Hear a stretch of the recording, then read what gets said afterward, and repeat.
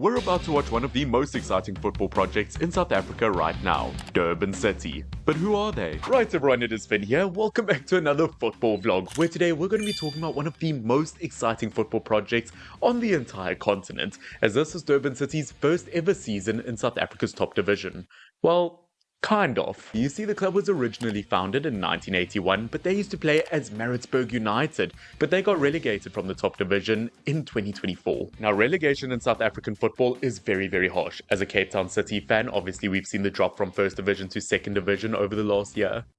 That's fine. I want to hurt myself, yeah. And when Durban City got relegated, I mean, they couldn't even afford to use their stadium anymore. And as a result, they rebranded absolutely everything and became Durban City, and even got promoted in their first season. And 7 games into this brand new season, they are looking very, very good, winning 3 and drawing 2. And as an overall project, they are very, very exciting. They brought in 15 players in the most recent transfer window. And with them going up and Cape Town City going down, that includes 5 Cape Town City players, including Darren Keith. We cannot replace him. We cannot. Literally my favorite South African footballer of all time, so it very much does break my heart. But despite the fact that they've brought in new players, they've also brought in one of the most successful managers in South African football history, Gavin Hunt, who is tied with the most South African first division titles in history, winning 4. I mean, this is a massive deal. He is essentially the Jose Mourinho of South African football. Respect. I mean, he won titles when nobody thought he could. If you look at the last decade of South African football, the league has been dominated by Mamelodi Sundowns, except for that one season where Bidbest Bits won it, and guess who their coach was? Gavin Hunt, and their goalkeeper was...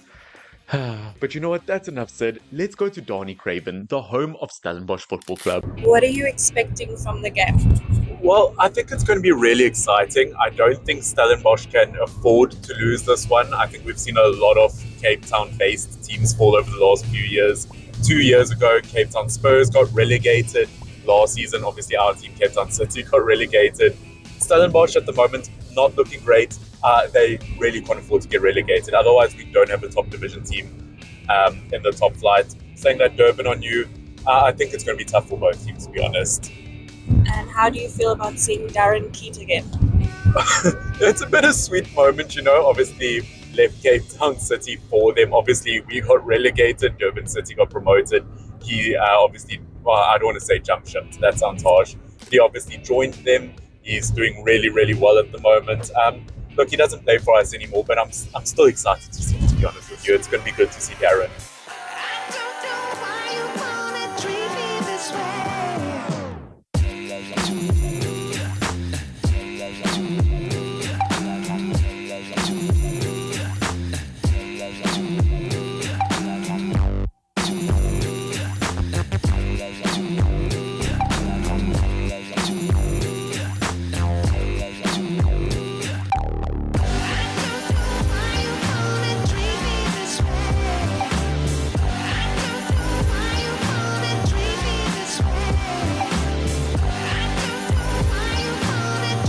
Okay, so we are ready for the game. First thing we had to do was get coffee, which is freezing cold, so we are we are ready for that. But what an atmosphere it is. I mean, we're almost not used to the luxuries of like coffee and stuff because of what we've obviously witnessed with Cape Town City in the second division, so it's quite nice to obviously have things available like a coffee, but vibe here is really, really good so far, and I think people are ready for the game. Now, as I said a bit earlier, this is going to be a very tricky game, because although Durban are very much newbies to this league, Stellenbosch are not doing well at the moment, despite the fact that they've consistently gotten into the top 3 over the last few years. Now, Stellenbosch is very much known to be a student town, as the university is, once again, probably what the town is known to be. So there's a very young audience for today's game, and once again, some people got very rowdy, very dangerous fan base.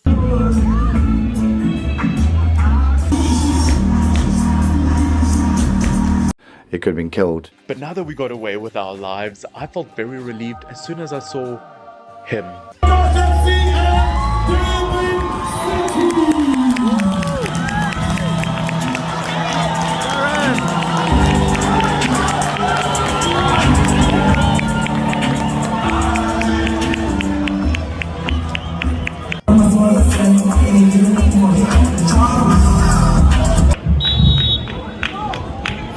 And now was warned heading into this game that, much like Jose Mourinho, he's not known for the sexiest style of football. It can be very, very defensive, but at the end of the day, if it gets the points, it gets the point. They brought the buzz and they left the buzz in front of the goal. And for a large part of the game, it was kind of just about no BS defending and not making mistakes at the back. I wouldn't say the attacking was necessarily glamorous from either of the teams today. It very much was a matter of not letting the other team score.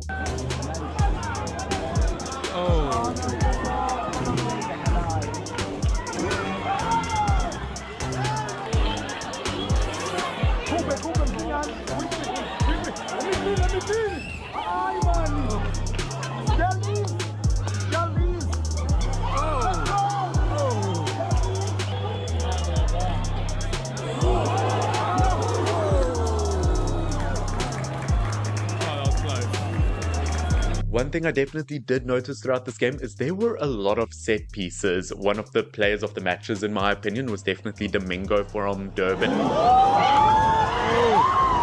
And I mean, of course he's a former Cape Town City player too. Can't go on like this, can it? It can. That being said and done, it was 0-0 at halftime. Once again, as I said, very defensively strong, but the Darren Keats Ultras were standing strong. Heading into the second half, once again, it was very similar to the first in terms of the defensive abilities, but there probably was a bit more oomph when it came to attack. Oh, nice Darren! Yes. Very decent save. Now, it should be no surprise that both teams were very tactically strong, because on one sideline you had the likes of Gavin Hunt, who I mentioned earlier, and you also have the likes of Steve Barker on the other, which, if you didn't know, his uncle Clive Barker was the man to take South Africa to their only ever AFCON win. He was special. But of course, the game being such a tight matchup, it ended in a 0-0.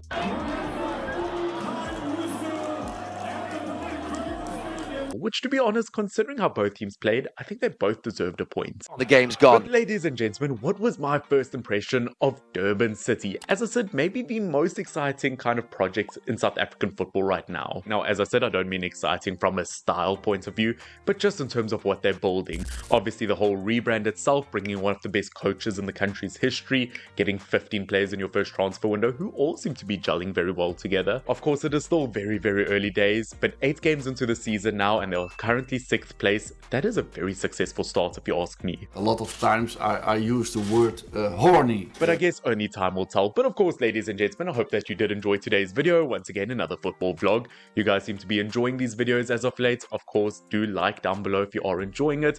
If you have any other vlog ideas or any other football ideas, let me know in the comment section down below and I'll see if I can make it happen. But of course, guys, thank you for the continuous support. We are on our way to 25,000 subscribers. But of course, I'm sure we'll hit it very, very soon. Guys, this has been Finn, FYNN. I'll see you all soon. Cheers. Bye.